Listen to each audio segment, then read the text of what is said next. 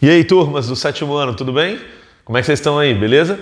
Terminamos, né? Terminamos a região Nordeste e agora iniciando a unidade 7 com a região Sudeste. Galera, voltando a filmar na escola, beleza? Dá pra ver que a qualidade do vídeo ficou um pouco melhor e eu tenho de volta o meu editor-chefe aqui, o nosso querido Underline, já tá aí me ajudando novamente, beleza? Então tamo junto. Iniciando a unidade 7, região Sudeste. Vamos começar com localização, turma.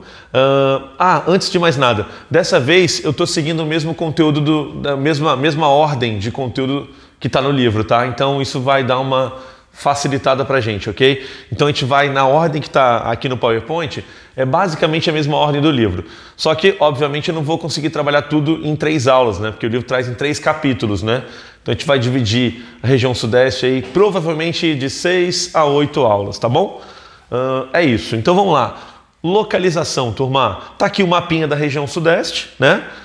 Uma região, galera, com um território mais reduzido, né? Um território um pouco menor. Na verdade, ela só vai ser maior do que a região sul do Brasil, né? Que é a região que tem o menor território no Brasil. Então a gente tem aqui uma região com 4 estados, também é um número menor de estados, né? A gente viu a região Norte e Nordeste com muitos estados e com um território muito extenso, né? Aqui não, aqui são só 4 estados e um território um pouco menor, né? Minas Gerais, que é o maior estado da região Sudeste, né? Capital Belo Horizonte. O estado de Minas Gerais é um estado de território um pouco mais extenso. Aí eu tenho Espírito Santo, nosso estado, capital Vitória. Rio de Janeiro, um estado que é menor do que o Espírito Santo, um pouquinho menor, né? Mas ele é menor que o Espírito Santo, capital Rio de Janeiro. E o estado de São Paulo, um pouco mais ao sul aqui, né? Já na fronteira com a região sul do Brasil, capital, cidade de São Paulo, beleza? Daqui a pouco a gente vai falar mais especificamente de dados de população, de economia e tal, entrar em mais detalhes, né? Primeiro, vamos discutir características físicas, características naturais da região Sudeste. E aí a gente vai trabalhar aqueles 4 itens, turma. Começando com relevo, depois indo para a hidrografia, depois clima e vegetação, tranquilo? São as características físicas ou naturais que a gente vai trabalhar da região Sudeste. Mais ou menos como fizemos nas outras regiões também. Começando então com relevo, galera. Relevo. Gente, o primeiro tópico vocês já sabem, né? Essa é uma regra para o Brasil inteiro. Quer dizer, terrenos predominantemente antigos, formação geológica antiga. Lembra que o Brasil está no centro da placa sul-americana, longe das bordas, que são áreas de maior instabilidade, de maior formação de relevo, relevo mais recente, né? Aqui não, aqui é no centro da placa, é um relevo de formação geológica mais antiga. Muito desgastado, obviamente, você tem um relevo mais antigo, ele já ficou mais tempo exposto à ação do clima, então ele tem muito desgaste e a erosão muito grande. Isso vai fazer o quê? Altitudes um pouco mais baixas, tudo bem? A gente tem aqui então predominância de altitudes médias e baixas, tranquilo? Temos alguns destaques de relevo em relação a altitudes um pouquinho maiores, né? Vamos colocar aí entre 1.000 e 2.000, 2.500 metros, né? Serra do Mar, Serra da Mantiqueira e Serra da Canastra. A Serra do Caparaó faz parte desses grupos aí de relevo que a gente está trabalhando agora com vocês. Beleza. Bom, qual é a formação de relevo predominante na região Sudeste? É conhecida como mares de morros. O que são mares de morros? Olha lá, conjunto de pequenas montanhas. A palavra montanhas não no sentido de ter mais de 3.000 metros, e sim elevações, né? Morros, vamos colocar assim. Mas é um conjunto, elevações suaves. Não é uma montanha com 4 ou 5.000 metros, até porque isso não tem no Brasil. Mas são várias ondulações, várias elevações suaves, um conjunto, né? Portanto, eu vou ter muitas encostas. O que é uma encosta, gente? É uma área inclinada, um terreno inclinado. Uma montanha, um morro, é formado por encostas, né? Como eu tenho vários morros, chamamos de mares de morros, eu tenho muitas encostas, né? Então esse relevo é comum, né? Em toda a região Sudeste. Nas áreas de litoral, a gente tem predominância de planícies, ok? Então, no litoral do Sudeste há predominância de planícies, em alguns pontos, alguns morros, claro, mas predominam planícies. Planícies litorâneas, né? Com relação a esse relevo, eu preciso fazer essa observação. A gente terminou de ver o seguinte, que o relevo que predomina é mares de morros, um conjunto de uma sequência de elevações, não muito elevadas, mas são várias delas. Por isso a ideia de mares de morros, parece ondas do oceano, né? Vamos colocar assim. E tem muitas encostas. Aí eu te falo, será que podemos ter o problema de deslizamentos de encosta na região sudeste? Com certeza, né? Pelo simples fato de ter muitas encostas nessa região. Mas a gente tem que estudar com mais detalhe isso para entender melhor como isso funciona e que tipo de problema isso vai gerar para essa região. Então vamos lá. O problema que a gente vai trabalhar agora é deslizamentos de encostas, que eu vou chamar de áreas de risco, né? A ocupação das encostas é uma área de risco, é ocupar uma área de risco. Então vamos lá. Eu vou listar alguns motivos aqui, tranquilos para vocês entenderem, para a gente descobrir como é que funciona isso. Primeira coisa, o relevo tem muitas encostas, é o relevo de mares de morros.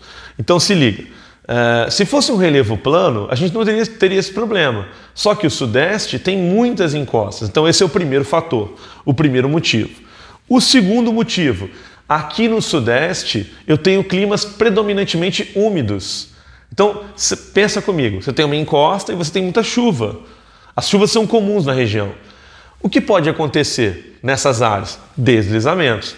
Mas não é só isso, tem um terceiro fator aqui, que é a grande população que essa região tem. Nós vamos ver agora, daqui a pouquinho, que a população do Sudeste é a maior do Brasil, é a região com maior população do Brasil. Aí eu te pergunto, vamos colocar os três fatores juntos? Encostas, chuvas e população ocupando essas áreas? Pronto, você tem aí então digamos assim, o desastre perfeito, quer dizer, os fatores todos juntos vão provocar esse problema, né?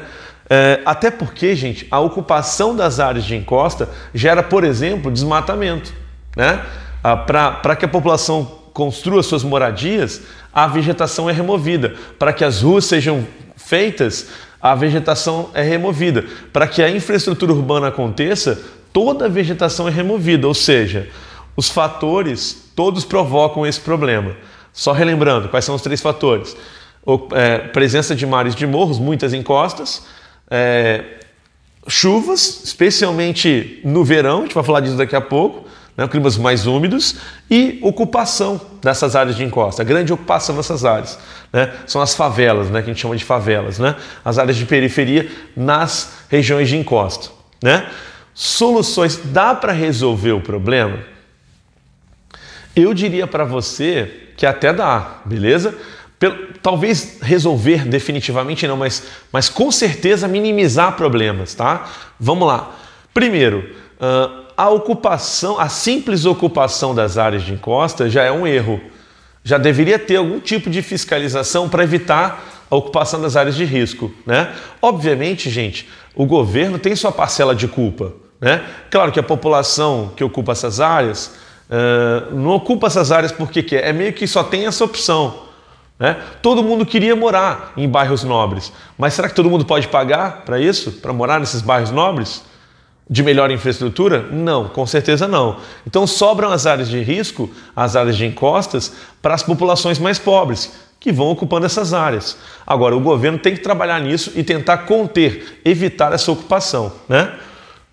Construção de bairros populares para a remoção dessas pessoas. Gente, a encosta já está ocupada, a favela está aí, né? O que você vai fazer agora?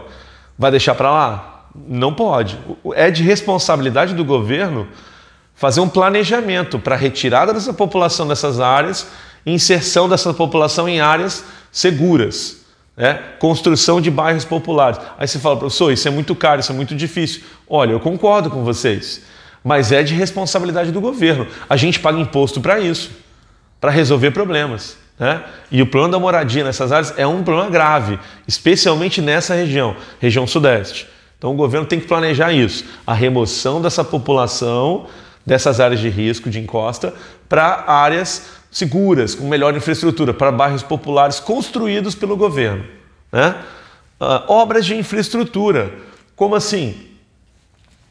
Criar soluções de engenharia para evitar escorregamentos de encosta.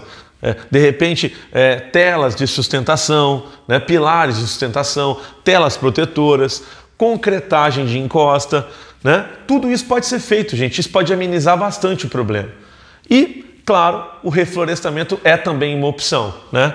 Porque você sabe que as raízes funcionam de maneira a firmar, a deixar o solo mais firme, né? Evitando esse problema. Então são soluções, galera. Olha, de certa forma, a população também é parte do problema, porque vamos pensar assim, tem a questão do lixo, as pessoas jogam lixo em locais indevidos, isso pode atrapalhar a drenagem das águas das chuvas, tudo isso pode acontecer, mas o governo é importantíssimo para resolver essa situação. Agora vamos lá, nós temos um problema, nós temos um conjunto de soluções e agora tem que resolver, né?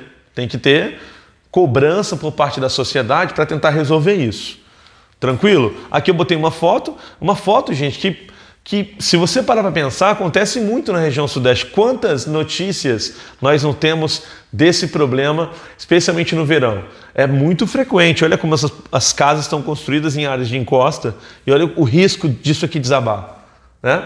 É muito grande. Beleza? Hidrografia, gente. Olha só, com relação à hidrografia é o seguinte, a região é pequena, só que tem muito rio, é uma rede hidrográfica grande. Agora vamos lá, os rios da região norte, obviamente são mais extensos, né, galera? Obviamente os rios da região norte são mais extensos e mais volumosos, até por ter um clima ainda mais úmido, né? Aqui tem muito rio, com certeza, mas não são rios muito extensos, não são rios muito volumosos. As 4 bacias que a gente vai ter que aprender. Daqui a pouco vai ter um mapa dessas bacias, tá? Paraná, São Francisco, Atlântico Leste e Atlântico Sudeste. São as 4 bacias que existem na região sudeste do Brasil. A gente tem que saber localizar essas bacias no mapa, beleza? Principais utilidades dos rios. Gente, isso aqui é revisão, nós já sabemos, né? Usinas hidrelétricas, a gente pode gerar muita energia. Aliás, gente, essa é uma região com uma altíssima demanda por energia. E eu vou dizer mais, esse é o principal uso dos rios na região sudeste, para a produção de energia, tranquilo? Eu vou dizer que, cara, tá quase no máximo, tá? Dessa utilização, beleza? E a canalização para irrigação. A produção de agropecuária no sudeste também é muito grande. E os rios são muito importantes aí para fornecer água e irrigação para as lavouras, tranquilo?